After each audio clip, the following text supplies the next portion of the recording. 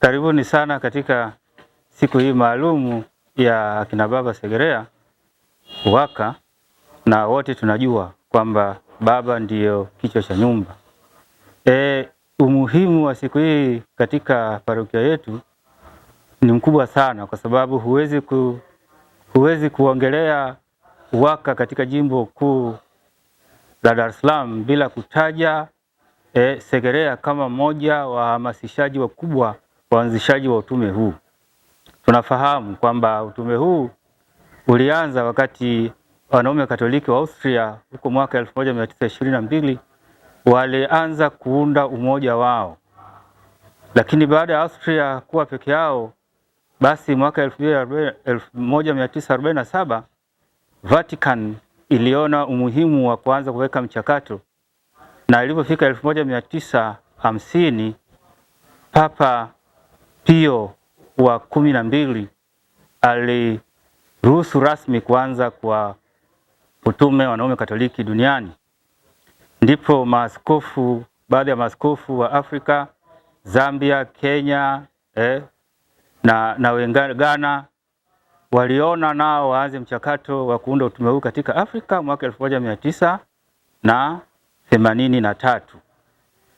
Basi na Tanzania nako baada ya Afrika kuhamasisha hiyo, basi Tanzania wenzetu wa Bukoba nao wakaanza mara moja kuchukua nafasi ya kuanzisha utume huu mwaka 1985, na ndipo utume ulianza sasa kuenea katika mikoa mingine. Sisi Segerea, wakati Segerea inaanza 1999, wanaume Katoliki Segerea tuliona umuhimu wa kuwasiliana na wenzetu wa Bukoba, na tukapata namna ya kwanza mchakato wa kuanzisha utume huu katika parokia yetu. Tukaanza mwaka 2000 tukijiita Abakase, akina baba Katoliki Segerea. Baada ya mchakato huo na kuanza kutengeneza katiba yetu, ndipo katika kuwasiliana na mlezi wa vyama vya kitume, nafikiri wakati ule alikuwa Padri Mkude. Kumbe mchakato huo ulikuwa umeanza katika utaratibu wa kijimbo, ndipo tukashauriwa kwamba katiba yetu ya Abakasi tuachie jimbo ili waweke mpango mzima wa kuwa na katiba ya jimbo ya akina baba Katoliki wa jimbo la Dar es Salaam.